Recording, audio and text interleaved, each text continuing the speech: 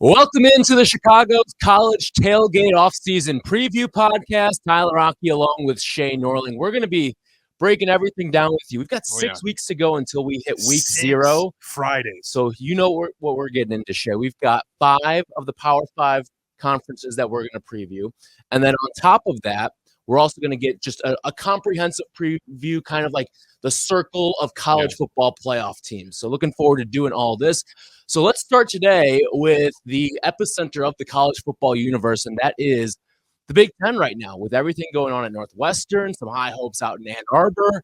But let's start with the Northwestern Wildcats, who right now are going to be operating with David Braun as the interim head coach after the dismissal of Pat Fitzgerald amid the allegations of hazing within the football program out at Northwestern. Just let's start with some of our initial thoughts of what we saw come of everything that went down out in Evanston. Obviously, a very serious situation.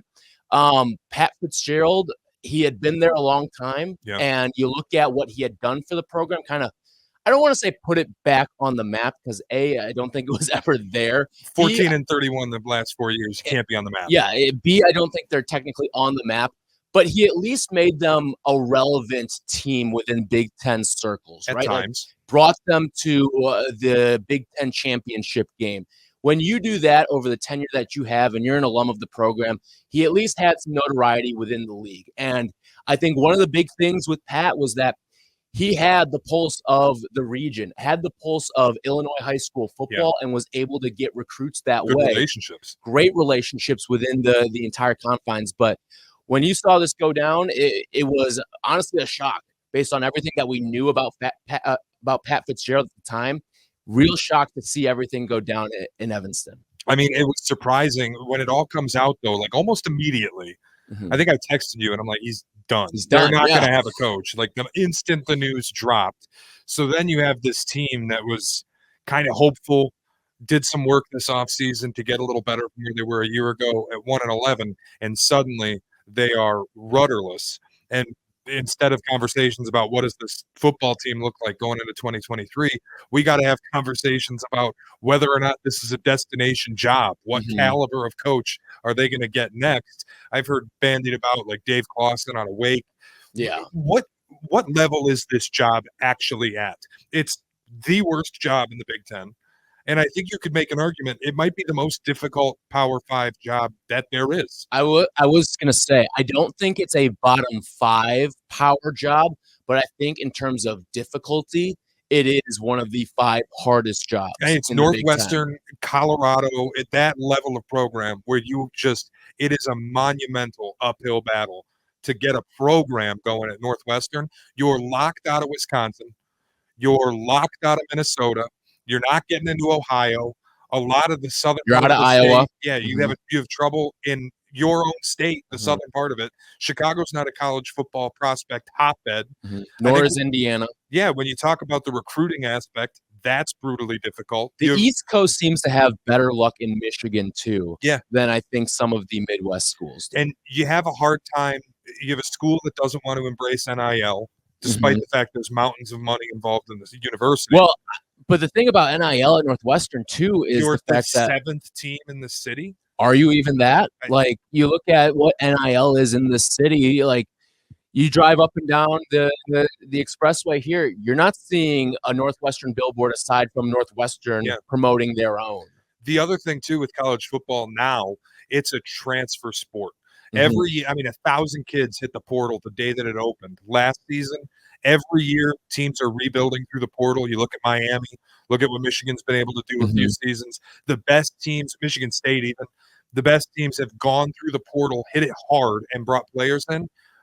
The academic standards are too high at Northwestern. You can't get transfer kids. It's damn near impossible. Can't get transfer kids. How's Northwestern going to do And look at it, like Northwestern a couple of years ago, they bring in a 5-star transfer quarterback from Clemson, Hunter Johnson. Yeah. And that didn't even work. Like, he barely saw the field. I mean, he was a non-factor at Northwestern during his time there. All of this, even when you do get breaks your way, they don't always pan out. That's all of this to say, like, my point, you hear the name Dave Clawson and Wake Forest and how he's been able to build a legitimate program in the ACC at a school where people would have said, not possible. Private, high academic standards, small alumni base, small student population.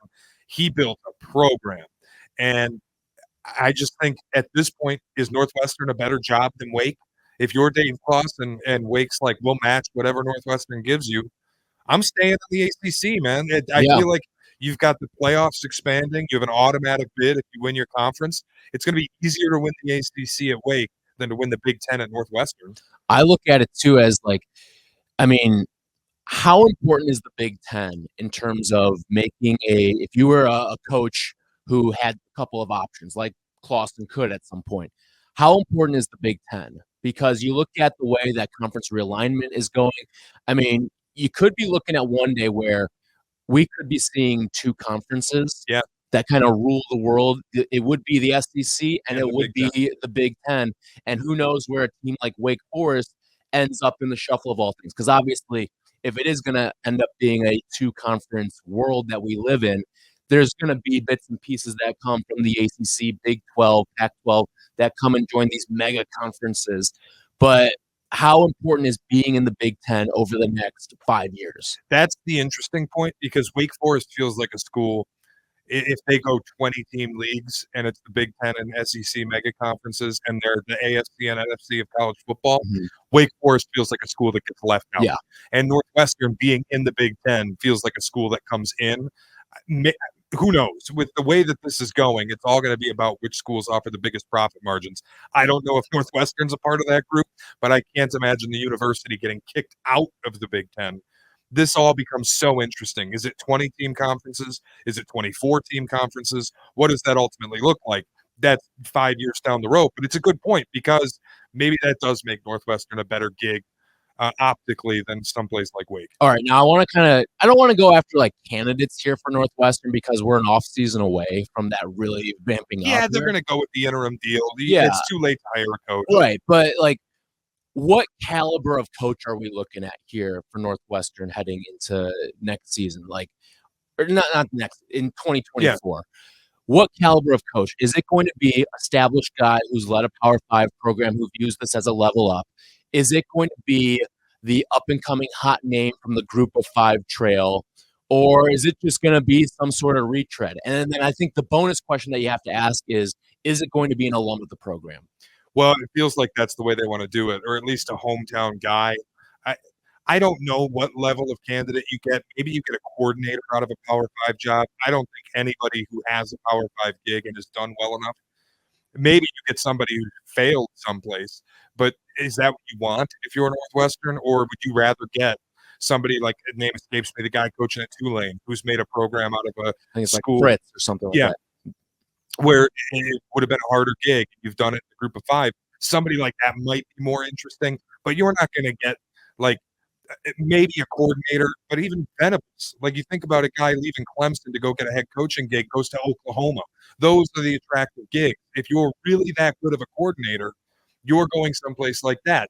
Maryland, if Mike Loxley ever leaves and decides that was a stepping stone, the better coach is going to go to Maryland, because that's a better job than Northwestern. Like that, I don't know the tier of guy, but I think it's along the lines of a Dave Clawson. If you get somebody from a Power 5, somebody at a smaller school who might be willing to make the jump to the better conference, but I don't think it's because it's a better program. I guess I look at it too as when you look at the two parties, the hirer and the hiree, who's going to be taking the bigger risk? Is it going to be the coach, or is it going to be the university? Probably the coach. Just with you think so? Because I feel like that would mean it's a bigger name. Maybe, but I think the difficulty of the job makes it so unattractive for somebody who's really trying to build something. There are going to be other jobs available. There always are. Like a job like Washington State, if that were to open up, would that be more attractive than Northwestern? You're in the barren landscape that will be the leftovers of the Pac-12. But still, with that gig at Wazoo, the Palouse, is that more attractive? Is that even like a Power 5 job at that point? Yeah, there's so many questions that have to be answered as we go through the realignments. And you get Oklahoma and Texas go to the SEC, leave the Big 12 a wasteland, USC, UCLA to the Big 10, leave the Pac-12 a wasteland. We'll see what happens. Getting into the weeds of who it's going to be, I don't think anybody knows yet. And the tier I still think it's a middle-tier guy, maybe a hot name out of a group of 5, but that school seems so committed to people who are from Chicago or people who have a rooted interest in Northwestern. I don't know who that guy is. Well, here's the way I look at it too is that's the only guy that's getting any sort of leash, I feel like. You know what I mean? Like, well, Pat Fitzgerald was there for 17 years, and when you really go back and look, like 7 of them were successful. There's the dream COVID season where by hook or by crook with a team that probably wouldn't have been there in any other year, you end up in a Big Ten title game, and you get mollywopped by Ohio State. Yep. But other than that, it's like a couple bowl wins. Who cares? And that was the 17-year forever guy. I don't think this has some massive expectation. A big game coach, I would imagine, wants to go somewhere where he believes they can win.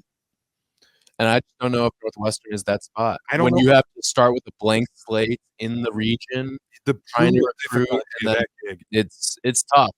So it is one of, I think, the least desirable jobs in all of college football right now, and especially within the confines of the Power Five. So even if you're like a head coach that fails, wouldn't you rather go to the Nick Saban internship factory, or like go be a coordinator at Clemson, or do something? If say Venables fails in Oklahoma, he's not failing to go head coach at Northwestern. He's going to get picked up and be a defensive coordinator somewhere like, I don't know, Ohio State. That's how that would work. He's not going to end up going to be the head coach at Northwestern. And if you get that failed guy, I just think the logical step for those coaches is a coordinator gig somewhere at a respected university or the Nick Saban internship program. Yeah. All right, let's move on to one of the other local teams here, and that is Illinois. By the way, Northwestern, from what I've last seen, does not have a win total given all the uncertainty within the program. If you were to set one for the Wildcats this year, what, 1.5, 2.5?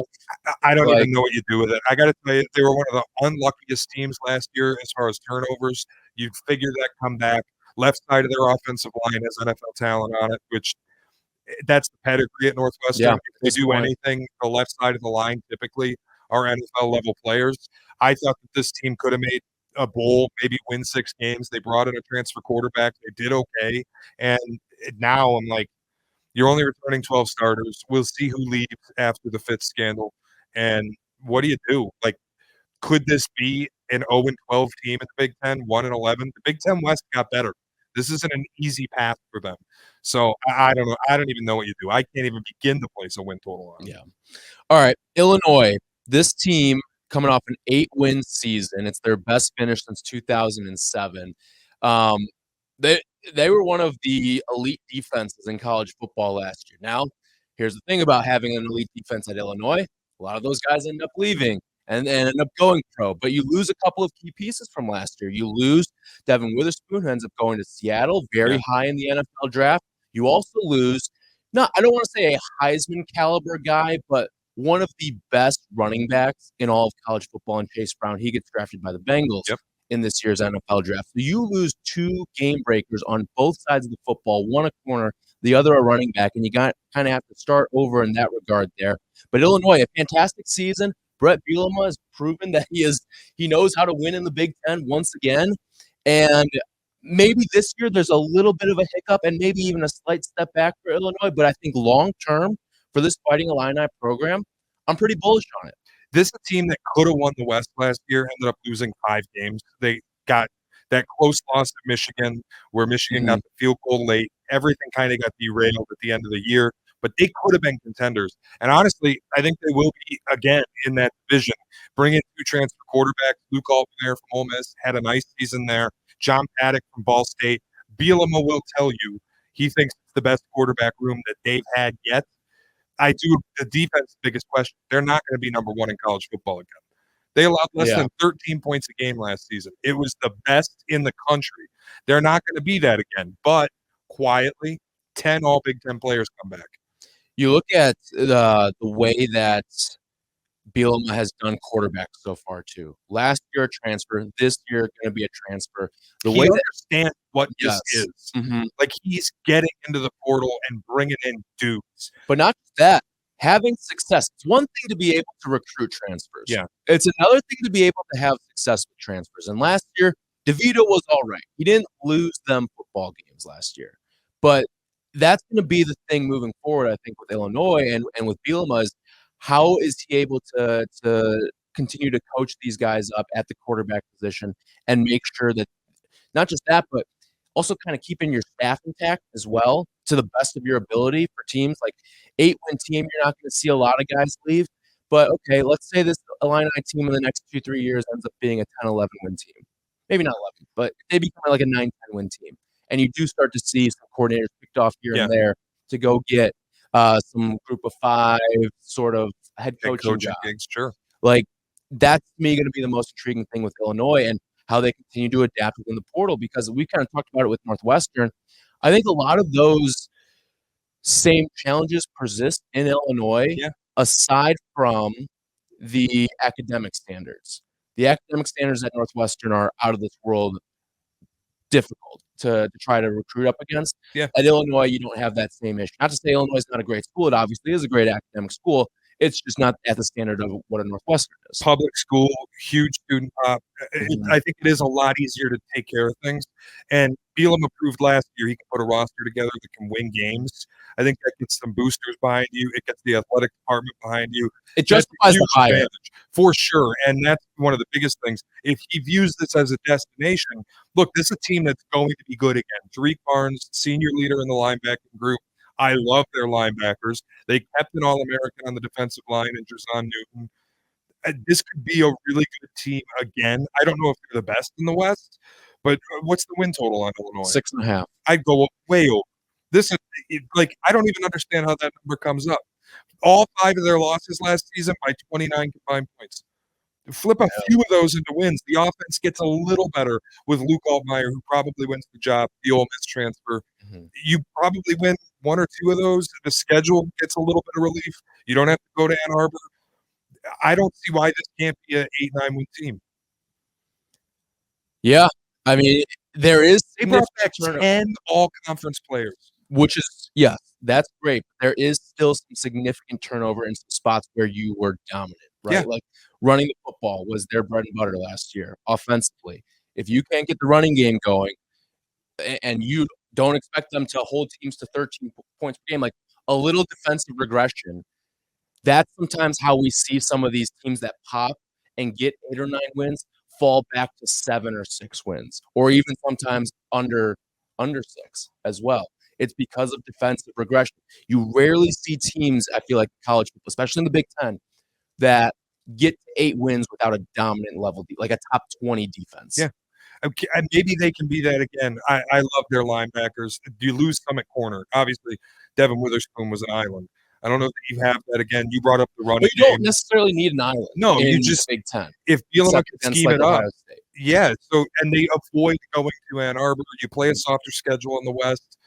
6.5 is too low of a number. I'd like to go over. So you're going over there. I think I would join you, but I still think it's a team that takes a step back. I still think they're a bowl team, but probably more in the neighborhood of 7 wins for Illinois. All right, let's stay in the Big Ten West here and just kind of go through some of the top to bottom projections here now that we've knocked out a couple of local teams.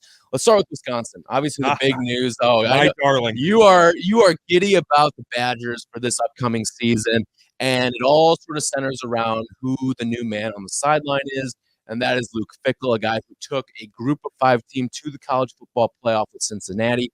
And Fickell's a guy who, like, remember, once upon a time, that was the hot name to be next at Ohio State. Yeah. Before Ryan Day stepped in and took over there. I think this is moons beyond what I think the average Wisconsin fan was expecting to be the next head coach of the program. They were talking about Lance Leipold out of Kansas, which would have been a fine hire. But that's a guy who did some nice work at Buffalo in the MAC, did really nice work last season at Kansas until it all fell apart at the end. That would not have been some marquee hire at Wisconsin. Getting Fickell, Wisconsin fans should be ecstatic. That offense is going to look very different from what they're used to. Now, and you get a dog in Tanner Mordecai at quarterback out of SMU. I know that's not a familiar name for a lot of people. This kid can play. Here's my thing with Fickell. It feels like you wish this hire was happening well in advance of the way the divisions are going to realign. Because this team like Wisconsin could have been what we've seen Ohio State be, not last year, but like the past, 5 to 10 years. Michigan, yeah. They could have just run the West every single year because they play a different game than the other 6 teams in the division. The good news for these teams, though, and this is what's so interesting about the new schedule, they're abolishing divisions and they're going with the 3-6-6 method. It's what should be in every conference. So you have teams like Wisconsin that'll protect 3 rivals because they don't have to play Michigan and Ohio State every year if they do that, whereas Penn State protects no rivals because they don't want to play Michigan and Ohio State every year. Let's mix in some West teams. Wisconsin still has some level of control over having to play the big boys. Yeah. I think that is an advantage that neutralizes a little bit of what you lose by not having Fickell in earlier. The other thing, everybody's all worried about their identity because they're so run heavy. They're so pro style. It's a man blocking scheme. They're going to have to figure things out as they transition to more of a spread and a zone style. You get 6 weeks where versus Buffalo at home, at Wazoo, terrible Washington State team. You get Georgia Southern at Purdue, who I think stinks, a bye week, and Rutgers.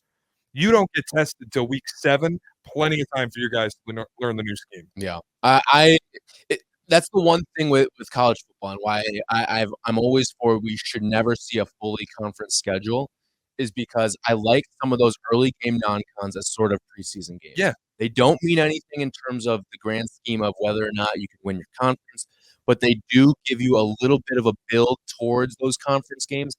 And on top of that, you also have the ability to put some tokens in for your college football playoff journey. Yeah, absolutely. Get some wins on the board. This team, Tyler, to me, like they play Ohio State in a crossover game. That's not a great draw, but somebody's going to have to do it. And I still think this team could go 11-1 and win the West.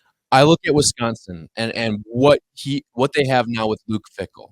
All right, and I do want to talk a little Tanner Mordecai in a second with you too. But with Fickell, we've seen Wisconsin knock on the door of the college football playoff, be in that 5 to 8 range, be that team that goes to the Rose Bowl, but the Rose Bowl is not obviously a CFP game that year. Consistently the West sacrificial lamb in the Big Ten title. Mm-hmm. How many, if I were to give you a line of 2.5 years for Wisconsin to get into the college football playoff. When do they expand? Next year or the year after? I believe it's 25. Whenever year they expand is the year I look for it, so I go over because I think it's probably a 3-year process. Like this year, I think they can go 11-1 and get the Big Ten title game. I don't think they can win that game. If it's Ohio State or Michigan on the other side, you're just going to meet a much better team. So I think they can win the West. I don't think they can win the division, which would send them or win the conference, which would send them to the playoff. So I can't go this year. And then next year's too far out. I don't know what they look like at quarterback, what Fickell brings in, what their schedule ends up looking like in terms of USC and UCLA. Mm-hmm. Hello. If things get a little too murky, I think it's probably a 3-year process, and then you start trying to really kick the door down. All right. Let's Tanner Mordecai real quick. This is a guy that was recruited by Lincoln Riley to go play at Oklahoma. He ends up transferring to SMU, puts together back-to-back really strong seasons. I don't know. I don't think Wisconsin fans realize what they're about to watch this year because it is going to be night and day from what you've seen for the past decade plus at Wisconsin. Forget Graham Mertz. Right? Like, this is a completely different style of offense that you're going to see played. It's going to be more of you're going to see the ball move up and down the field vertically pretty quickly. And I'm not talking about handing it off to Jonathan Taylor and letting him run away for a 70-yard touchdown. Like, the ball is going to be in the air. Yeah. And I think it's going to be super exciting for Wisconsin fans. And just the way that Fickell's going to be able to work the transfer portal like he already has with Mordecai and beyond by getting some receivers and getting some tight end help in there and being able to just maintain his foothold, not just in Wisconsin, but he's still going to have all those ties out in the state of Ohio as well.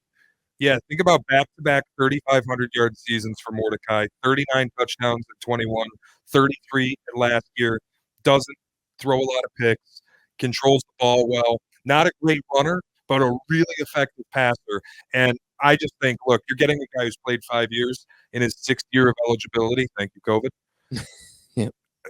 You have a leader that you just paid to bring in like it's a mercenary. That's why next year, I don't know what they become. You don't have Tanner Mordecai anymore in 24. But this season, I think year 1 with Fickell, maybe a little bit like year 2 Michigan State with Tucker, where the stars just align, you have a chance to go out and win your division. I think too, like with all these guys now and this is kind of like the wrap up of what we're going to see of like the 6th year, like the true 6th year guys, right? The guys who can be, I'm not saying it's a bad example because this is an extreme, but who can be like Joe Burrow, right? Who literally just goes and plays football. He is basically in school to play football as opposed to have to do any of the other stuff and like appear in certain classes here and there. Like the guy who literally is taking like 3 credits and can just stay at the facility all the time and have the real explosion. I think there's a couple candidates within the Big Ten for this season. I'll get to another one later. But one of them is certainly Tanner Mordecai. Yeah, I think he's one of the best options in the country. And I'm not saying he's a Heisman candidate, but he's up there with the best in the country, I think. And you put him at a real program with a real offensive line, the pedigree, brought in some weapons, Fickell's offense. It feels like a moment for him. Yep. All right. Let's go to the next team in the Big Ten West. Like Hendon Hooker last year at Tennessee. Yeah. A little bit like that. Yeah. That's a better example than my extreme of Joe Burrow that I threw out there. All right. Iowa. Iowa is running it back again under the same coaching staff who this idiot kid running the offense too. Kirk and Brian Ferentz. I mean, how was that new offense they talked about all season? Well, they're bringing in Cade McNamara at quarterback, which I'd say is a step in the right direction, but I don't think it's a big, significant step that can really like bring you anywhere if you're Iowa. Bring you anywhere is a different conversation. Big, significant step over Spencer Petras. Yes. That Spencer Petras might be the worst quarterback I've ever seen in my life. He was horrible last year. I mean, this guy, walking turnover, whether they relied on him to throw the ball ever or not, all he could do was hit Sam Laporta. Cade McNamara, I actually like a little bit. I think he got a raw deal at Michigan, kind of a hit job where you had 2 5-star kids and Cade and J.J. McCarthy, and McCarthy was clearly Harbaugh's boy. Yeah. And all Cade does is lead that team to a Big Ten title, their first in 17 years, something like that. And they kick him to the curb in the next offseason, destroys confidence, make him compete for the gig, goes out terrible half against Hawaii. It's one of the see you, pal. One of the weirder things we've seen too is the coach openly stating we're going to have a quarterback competition the first 3-4 weeks of the season. Yeah, I actually like McNamara here because I think at least you get some consistency. It's a team bringing back 16 starters, but I just go back to you got the same idiot kid running the offense, wants to play football in 1985. I don't know how they get it done better. And that's the thing why I like Cade McNamara, he can go there, but I don't think it's really that significant in the long run because of the fact that he's coming from playing for Jim Harbaugh, who NFL quarterback understands the position very well, to now Brian Ferentz. Like that is a significant drop off in offensive mind. It's like the Patriots hiring Matt Patricia. It's like you got some dummy running your offense. Not to be disrespectful, but I'm sorry. The kid. What did we watch last year? And this kid's still the OC. Nepotism's a hell of a drug. Let's move along. The win total, I believe, for Iowa is 6.5 for this year. I'd lean over just because the defense is going to be good and they're going to play low-scoring games, probably win a few close ones, but I don't feel strongly. And you look at the division too. Yeah, the division. It's the West. Division, if Iowa's good, it's because the West thinks. Yeah. Iowa 8.5. 8.5. I had that number wrong. I'd lean under. Under? Yeah, under. I think so it's probably an 7-8 win team there. All right. Next up, we go to Minnesota. And the Golden Gophers, they lose Mo Ibrahim, who was one of the most electrifying running backs in the nation last season, but still a couple of significant pieces coming back. PJ Fleck still rowing that boat forever. I mean, he feels like one of those guys where, and Minnesota is one of those jobs where PJ Fleck's a big enough name, and the job isn't important enough in the college football universe, where he could be one of those guys who just kind of rides the Kirk Ferentz train. It's a rebuilding year for Minnesota too. Like they have the great defensive coordinator Joe Rossi, who's been dubbed guru there. He's done awesome work, but it's a totally rebuilt defense. You mentioned Mo Ibrahim's gone. Tanner Morgan, the quarterback, also gone. Offensive line, they have 49 career starts on this offensive line. That's 5 guys. Losing All-Americans too. Yeah, I don't think this is a good season. You got to play both Michigan and Ohio State. Yep. Best of luck. That might just get PJ Fleck fired. I don't know. I feel bad because I think he gets a bad rap. He's the guy everybody loves to hoist when they start 4-0, and then as soon as they lose a game, everybody wants to throw him in the garbage can. I don't know what happens there, but I don't think this is a good season. 7.5 is your number on Minnesota. Under. I'll join you on that. I think under as well. Nebraska, Matt Rule in Lincoln. That's one of the big stories there. This Nebraska team, I think, is going to be, because I think we saw, like, with Matt Rule, college coach. Yeah. One of those guys took a step to the NFL, didn't work out. No. But college coach, I like it, and I think this is the right hire. Nebraska, a big time job. I think he'll be able to recruit there. I agree, and I think this is a team that's probably better than most people's estimation of them. It's not like they didn't have talent the last few years. You made the wrong hire. That happens. Matt Rule, I think, can get a lot out of them. I don't know that they're playing at the top of their division, but I think they could surprise some people, be maybe a fringe bowl team. This is a team that sometimes it's tough to have the first-year new coach pop, but I think this is one that could. Yeah. Especially in the transfer portal era. Matt Rule and him being, I think, a pretty good offensive mind as well. Like, you could see the first-year pop playing in the Big Ten West as well. Like, I think it's interesting because the Big Ten West all of a sudden has a couple of good offensive minds in it and a couple of, like, different ways of thinking about football. Which is nice to see. This isn't quite Fickle at Wisconsin. No. But it's close.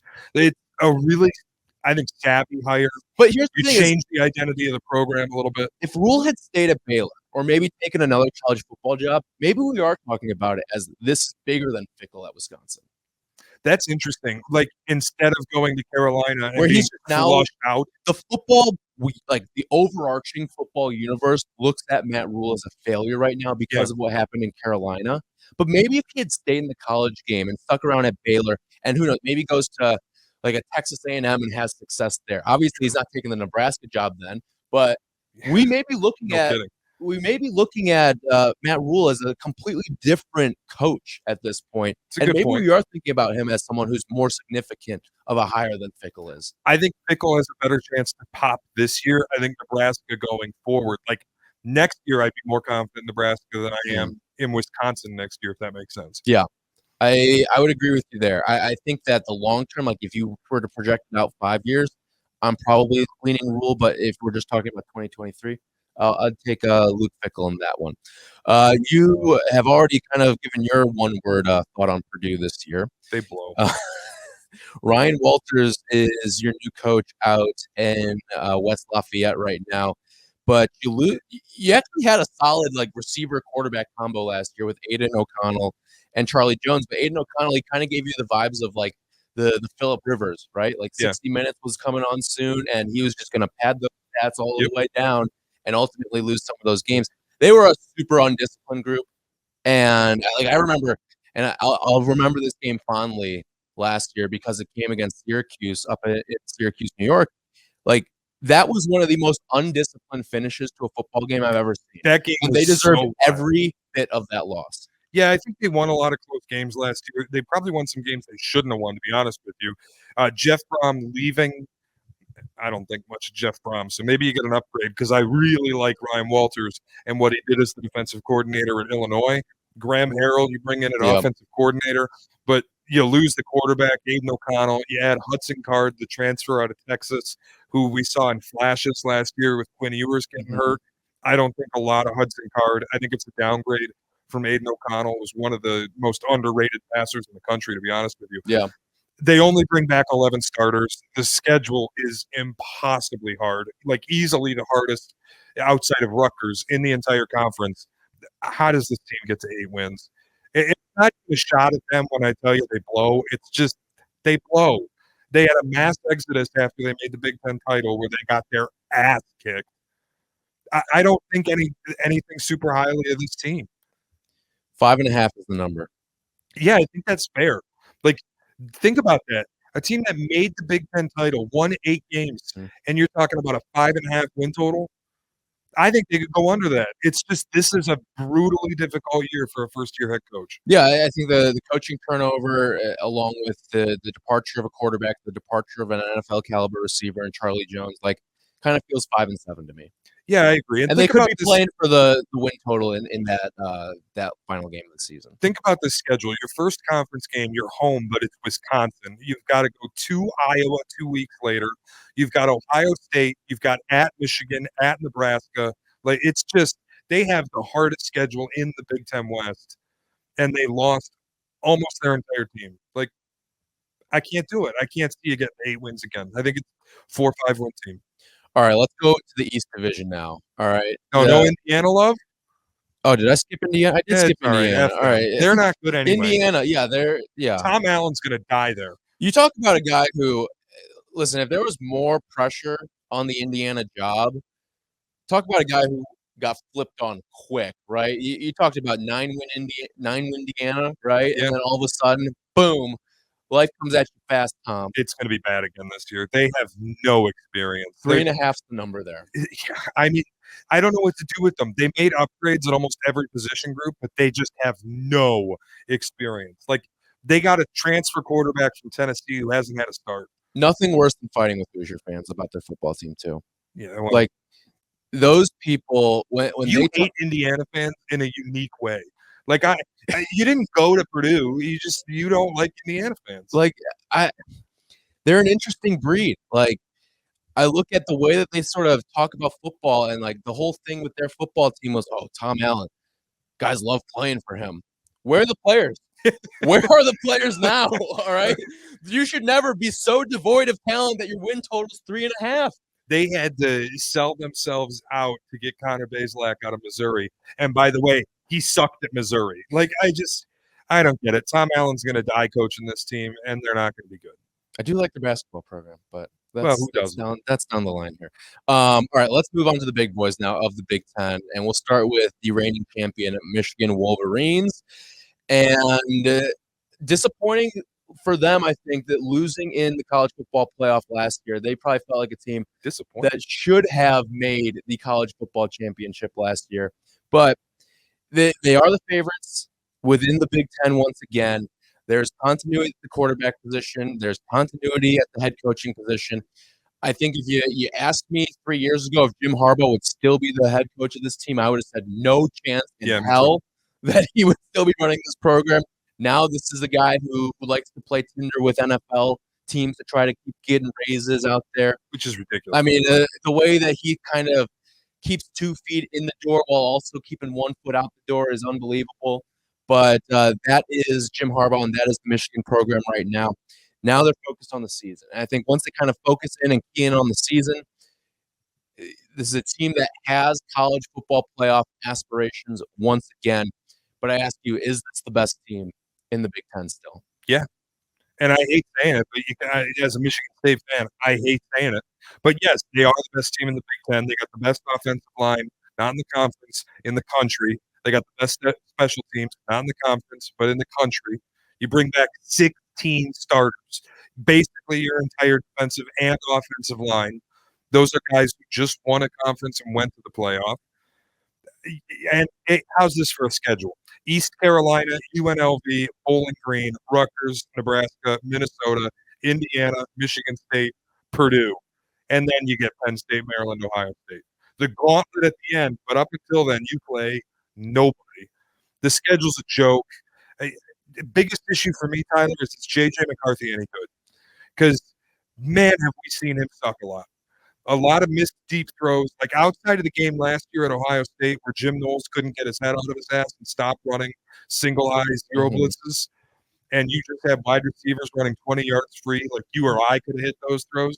Outside of those games, J.J. McCarthy is a fumble machine.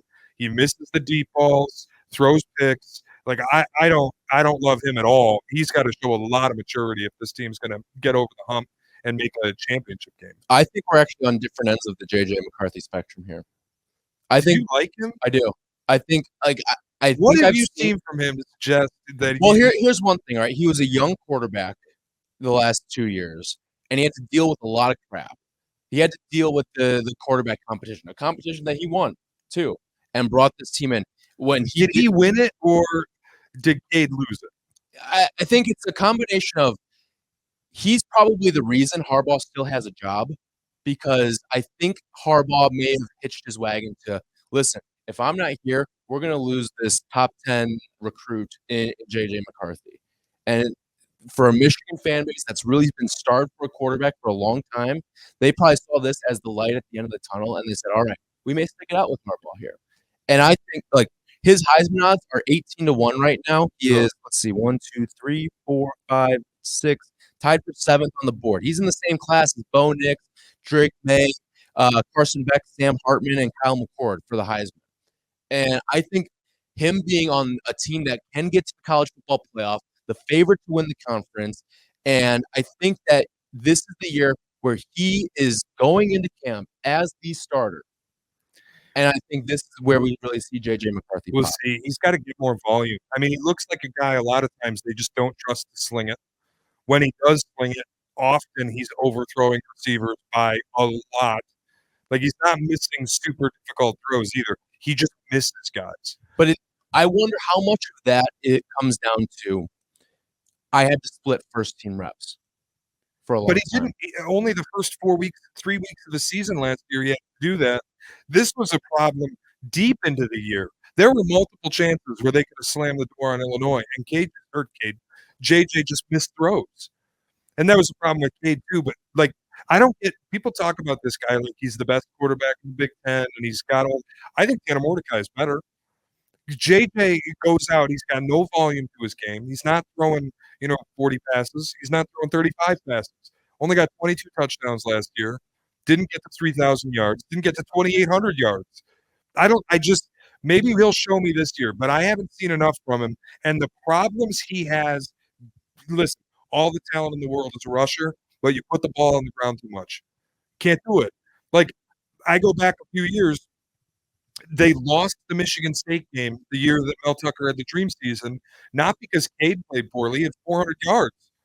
It's because J.J. McCarthy comes in and fumbles 2 mesh points. I don't buy the kid. You got the TCU game last year. He did not play well. I don't care what anybody says. Big moments outside of the Ohio State game, and I told you, give credit where credit is due, but Jim Knowles had his head up his ass that entire game, and Ryan Day refused to make any adjustments. 0 blitzing Michigan's offensive line over and over, leaving guys on islands. You've got wide receivers running 20 yards free. It's a great performance because it came against a great opponent. But if you watch that game, you can't tell me that anybody else couldn't have done what he did. And then you go to TCU, and you can't play like that in a college football playoff game and then have me come on and go, yeah, I think he's great and a Heisman contender. I don't buy it yet. Now, whether or not he's good, there is a great backfield there. With Blake Corum coming back from injury, and just him coming back, and significant. I don't think Blake Corum's the best running back in the room. I think Donovan Edwards is. I'll still lean Corum. Again, I have to see him come back from injury. So, but just having both of those guys in the backfield there for Michigan, like, takes a lot of pressure off of the quarterback position too. And me getting on the quarterback is just nitpicking. Like, that's what I don't worry about that until you're playing Georgia or Clemson or whoever, USC in the college football playoff. Because my belief is you are going 12-0, you're winning a Big Ten title, and you're going to that game. Right. All right, let's move on to Ohio State. They went Justin Fields to C.J. Stroud, and now they move on to the next iteration. It looks like it probably will be Kyle McCord. That ends up They won't name him, though. But it's going to be, again, you've got a young quarterback stepping into a situation that has a ton of talent around it, once again, because that's just the factory that Ohio State is. When we get to that final weekend and Ohio State, Michigan, in all likelihood, playing for the right to go to the Big Ten championship once again, which is still one of the most ludicrous things that happens in college football. But playing a singular game there to go to the college football, or to go to the Big Ten championship, and in all likelihood, the college football playoff as well. What kind of run can Ohio State give towards Michigan? I think they're 1A and 1B. Ohio State's got the best skill player in the country, and Marvin Harrison Jr. Honestly, I don't have a ton of thoughts because until they decide to name a starter at quarterback, whether it's redshirt freshman Devin Brown or much more likely Kyle McCord, that remains the biggest question. And we're probably not going to have an answer until they've played a few games, because I don't know if Kyle McCord is as good as advertised. I know next to nothing about Devin Brown, the freshman. So we'll see. Like, the only thing that I think is keeping them behind Michigan is their quarterback question mark is much bigger. One question I have about Ohio State and Michigan for you is 2024, when they abolish divisions. You cannot continue to play this on the last day of the year, because you're going to play again in the Big Ten title. Don't do it back-to-back weeks. Play this sucker in October, like the Red River Showdown, Texas, Oklahoma. Have it mean a lot then, and then the stakes get even higher when you see them a month later in the Big Ten title game. Like, am I crazy? I don't think they can keep playing this Thanksgiving. No, I don't think that's a bad thought process there. In fact, I would say I largely agree with it, because I guess it kind of depends. Like, what are you holding on to playing Thanksgiving weekend at noon? Like, the pageantry of it, who cares? Play it in October. But I wonder, like, with your television deals and stuff like that, do they want the Michigan, Ohio State, or do they want the USC versus Ohio State or USC Michigan? Like, you could be doing that no matter what. But do USC Michigan or USC Ohio State as the final game? Because here's the other thing. If you get to the last week of the season and it's Michigan, Ohio State in the Big Ten title, no matter what happens, the last thing you want on the last day is that game to be meaningless. Play it in October. It'll have meaning because you'll be playing for purpose. At the end of the season, you're running the risk of two teams that are both undefeated, and no matter what happens, they're playing each other in the Big Ten title. Defensively for Ohio State for this upcoming season, one guy that I really loved watching last year was JT Tuimoloau. Yeah. The way that he could break up offensive lines and just disrupt games in the backfield. I mean, he's going to be one of those top tier, like top 5, top 10 draft prospects eventually. And like, I think it's one thing that we'll end up doing during the show and during the podcast, which we'll have every single week, is talking about guys that, okay, the Bears have 2 draft picks. Yeah. This could be one of those guys that the Bears should be looking at down the line. That's a very good point. And honestly, this Ohio State defense, it's one of the best they've maybe ever had. Jim Knowles, I give him a hard time because the Michigan game plan was atrocious. But for the most part, I think he's brilliant. He did a great job against Georgia. I know they ended up losing that game, but it's Georgia. I think it's as good a defense as they've had and as good a coordinator as they've had if he just doesn't lose his mind against Jim Harbaugh. Yeah. All right. Then we get to the third child of the Big Ten East, and that is Penn State. And James Franklin still there. It's Sean Clifford gone. Let me hear your James Franklin thoughts. Can you win a big game or not? Like, this is, to me, and I have it written in my notes, if this isn't the year for Penn State, I just don't think they're ever going to have the year for James Franklin. Like, you are no longer excuse held over Sean Clifford. You're bringing in Drew Aller, who everybody thinks is this stud, one of the best quarterbacks in America. You're bringing back Nick Singleton, one of the best running backs in the country. You return 8 starters on each side of the ball. There is no reason why Penn State shouldn't be mentioned in the same breath as Ohio State and Michigan, except for the fact they probably lose both those games. And the reason is because they have James Franklin.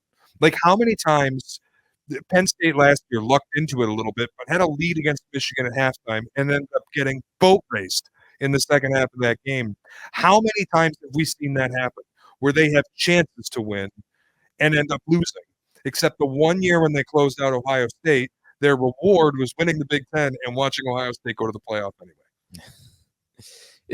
It's been frustrating as a Penn State fan because you feel like you should be in Big Ten championship. Not every year, but like you should break up the Ohio State and Michigan monotony there. They just haven't been involved as much as those two teams, and it's because they can't get over the hump. Now, I don't think either of us would predict Penn State to finish first in the East this year, but what percentage chance would you give for them to finish second? Second? Just break up the 1-2 of Michigan, Ohio State in some order. 30%. They got 30%. They got to beat one of those teams to do it. I feel like that's pretty high. Like, I really think it's like a 5 to 10% proposition. I got to check where they get those two teams on their schedule, because that's the problem is they got to beat one of those two teams, and I don't know if they can unless it's a whiteout. But even there, they've had trouble. Yeah, like the whiteout game has kind of been a curse for them at times too.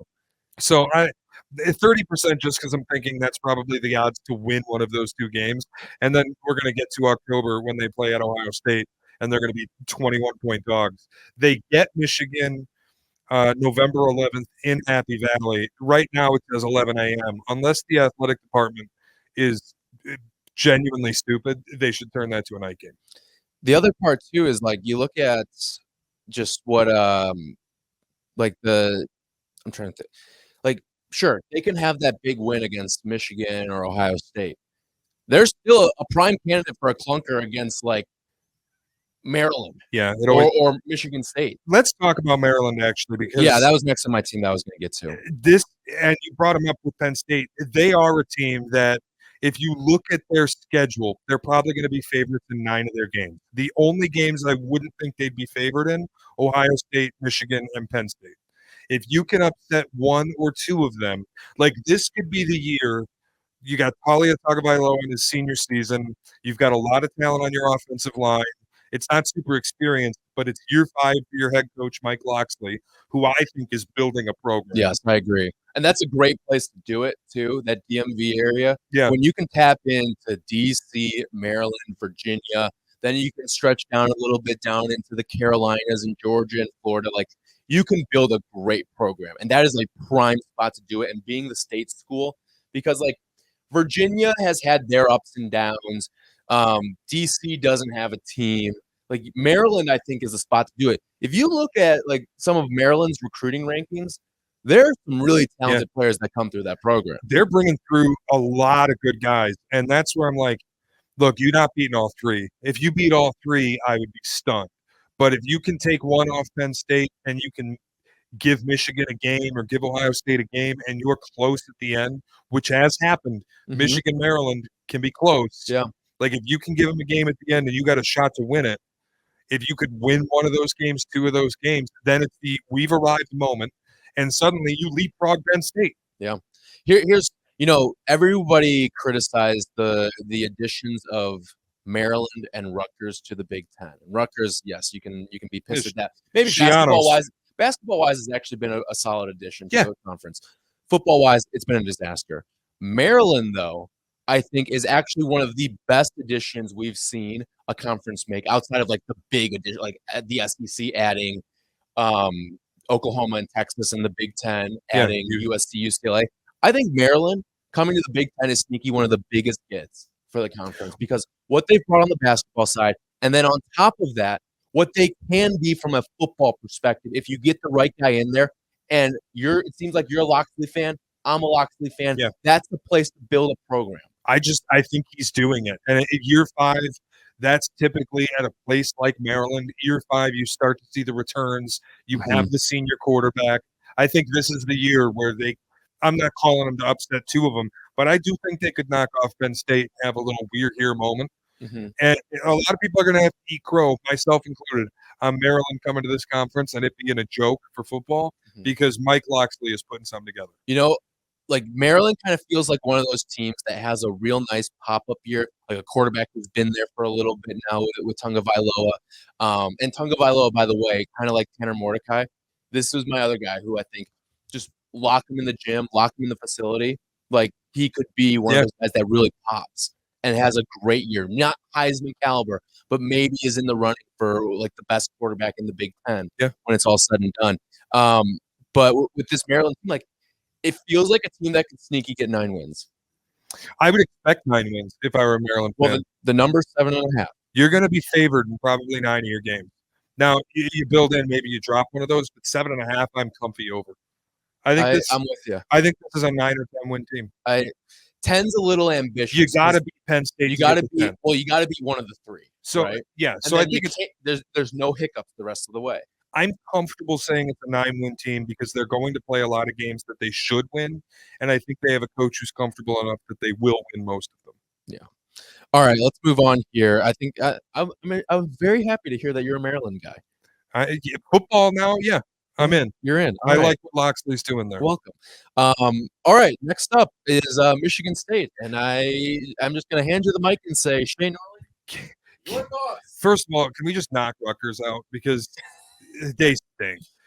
They could maybe be a bowl team. I don't have a ton of thoughts. I just want to knock them out. They brought in Gavin Wimsatt, looked good in flashes. They got a good player. And then I'll get into Michigan State because this is the more interesting situation. You've got Mel Tucker, who everybody's criticizing the contract. Here's the fact. You had to pay him or somebody else would, whether that was LSU, which was the big rumor at the time, or someone else. Fact of the matter is, if you have a coach who has a year like Mel Tucker had, you pay them. Kansas. Like Lance Leipold just got paid because when you have that coach, you can't let him Wisconsin would have paid him. You have to do what you have to do when you have to do it. So I'm not mad that they paid him. But Jesus Christ. Like, oh my God. Enough. If I'm a Michigan State fan, and I am, you got to get this ship in order now. Because you're looking at a season where you're going to play 3 true home games in your conference. I didn't misread the schedule. You will play 3 true home games in the conference. You let the conference walk all over you by moving the Penn State game at the end of the year to a semi-neutral site at Ford Field. You took it away from outdoors in East Lansing, and you put it on a fast track against a team that's miles better than you. And after September 30th, you're going to play 2 games in your home stadium. That's it. That's 2 full months of football. 8 weeks. You're going to play twice in East Lansing. You let the conference walk all over you. And it was the first moment where I looked at Mel Tucker and I thought, this guy might not have the juice to get this done at this school. Mark D'Antonio, for all of his flaws at the end, blowing up the program, would never have let the Big Ten move that game. Ever. We're playing it in East Lansing because it's in East Lansing. And next year you go to Penn State, good job. Like, holy hell, man. And the recruiting numbers aren't what they should have been.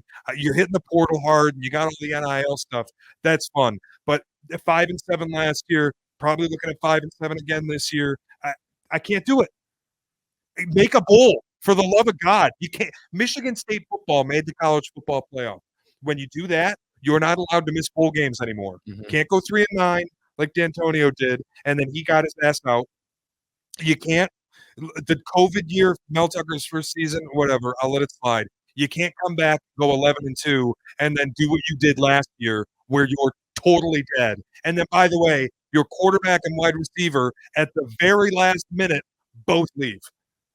What is going on?